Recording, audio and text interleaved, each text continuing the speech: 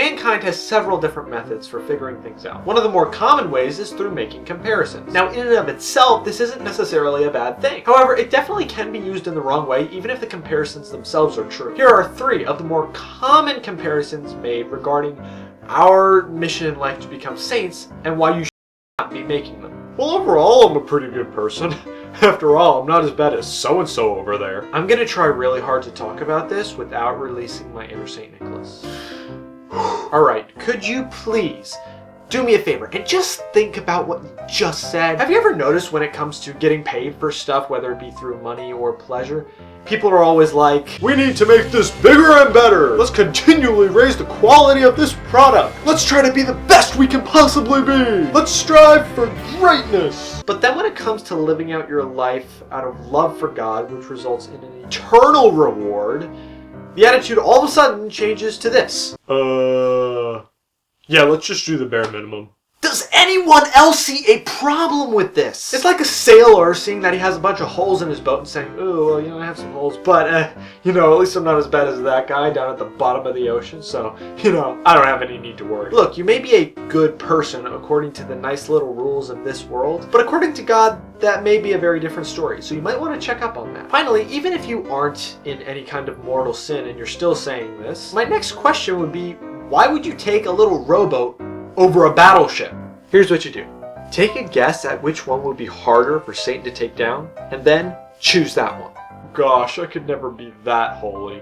That is a bunch of baloney muffins. How about this? Let's look at St. Augustine of Hippo as our example. He's known as the father of the church and one of the greatest saints of all time. As you may know, before he became a Christian, Augustine was, in short, a very sinful pagan. I'm not going to go through all the details of his life, but basically he went from extreme sinner, close to the very bottom, to close to the very top as far as human beings can achieve in such amazing sainthood. Normally this story is used to reach out to those who have lived a very sinful life, so to encourage them to become holier and come closer to Christ. But for this video, I'm going to use it for something a little bit different. Think for a moment about where you are in your life right now. Now ask the question, is this a better start from where I am now than where Augustine started before he became a saint? Now some of you may say, well, I'm about the same place. But most of you, at least most of you, should say that, no, yeah, I have a way better starting point.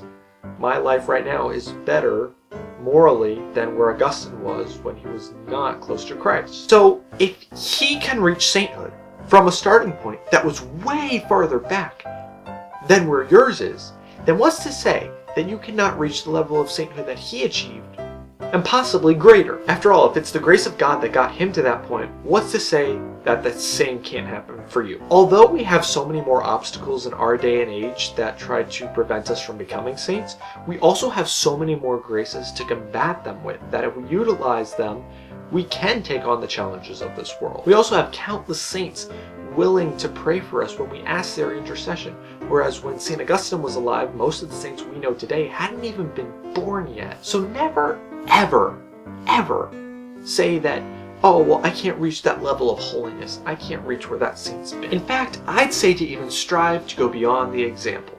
Oh my gosh, I want to be as holy as that guy. On its face, this one may not seem so bad. I'd even say that if used properly, this might not be too bad of a comparison. Here, let me explain. The holiness you see in others is like the step on a ladder. If you use that step to keep going to the ones above it and then in the end reach your goal or close to it, then that's fine. On the other hand, if you get to that step and then just choose to stay there or refuse to go higher, then we have a problem. What I'm trying to say is that our goal must always be to try and get as close to Christ's holiness as we can. It's okay if we learn from others who have learned from him. In other words, use their examples to try and get ourselves closer to Christ because we see that they are closer to Christ than we are. However, if we settle for that, we just say, oh, I'm in a pretty good spot now, so I'm just going to stop. I'm closer to Christ than I was before. Then we're no longer picking up our crosses and following Christ daily. Rather, we're following the example of a man instead. In short, give it all you got, don't settle for less, and let God do the rest. Well, thanks for watching, guys, and as always, please be sure to like, comment, share, and subscribe. You guys take care, get out there, and be amazing. Viva Cristo Rey.